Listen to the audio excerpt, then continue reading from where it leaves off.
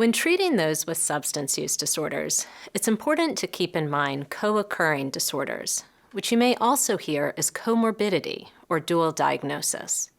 In this lesson, you will learn what psychiatric comorbidity is, how common it is, how it impacts prognosis, and how it impacts treatment plans.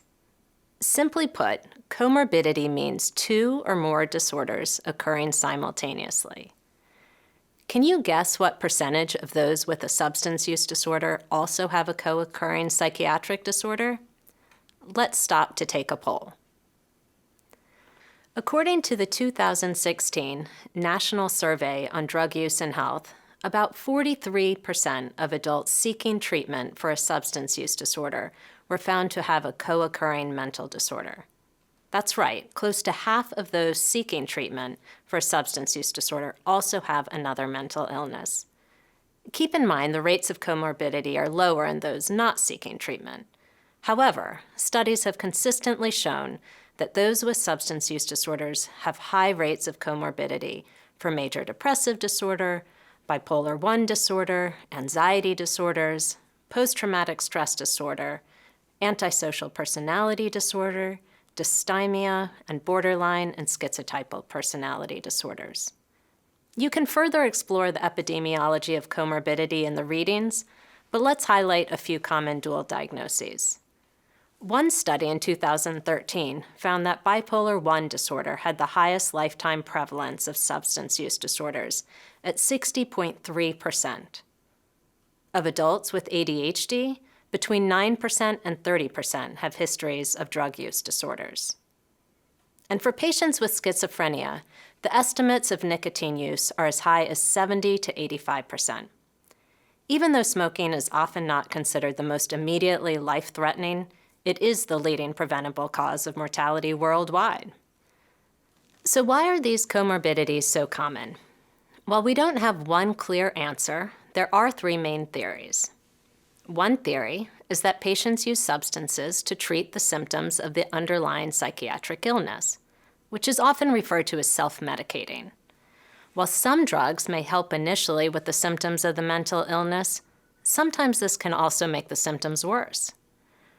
Another theory is that there are many gene variants that may predispose an individual to developing both a substance use disorder and mental illness, as well as different gene variants may result in increased vulnerability to developing a second disorder. For example, a person who smokes marijuana as an adolescent is at increased risk of developing mental illness as an adult. A third proposed theory is the kindling effect. By this we mean that substances and psychiatric illness may change the brain in ways that make the person more vulnerable to developing a more severe disorder, as well as more vulnerable to developing other mental illness.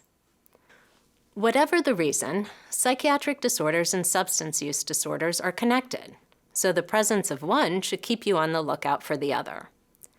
Mental illness typically has an earlier onset, which is why early screening, intervention, and treatment may lower the risk of developing a substance use disorder. It's important to note that patients with comorbidity often have poorer treatment outcomes than those who may have only one of the disorders.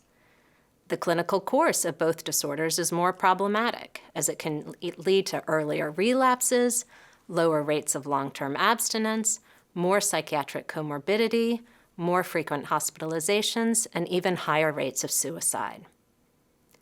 Here's a question for you. If you determine that your patient has co-occurring disorders, would you treat the symptoms separately or treat the symptoms simultaneously? We treat them simultaneously. If we want to optimally treat one disorder, we really do need to treat both. Avoid waiting to treat the symptoms of mental illness until the substance use disorder is in a stable remission. For example, a provider might want to wait to address a patient's depression because they think it's a symptom of the substance use, as opposed to being a pre-existing condition. One way to avoid these diagnostic dilemmas is to understand the development of the mental illness prior to substance use. Another way would be to ask the patient to describe psychiatric symptoms during significant periods of abstinence from substances. Ideally, we look for an integrated treatment approach where both disorders can be treated concurrently by an interdisciplinary team so that pharmacotherapy, psychotherapy, and social needs can be addressed. A common approach is to pursue treatments that are effective for both disorders separately. That being said, there are some psychotherapies that have been developed to target symptoms of specific combinations of disorders.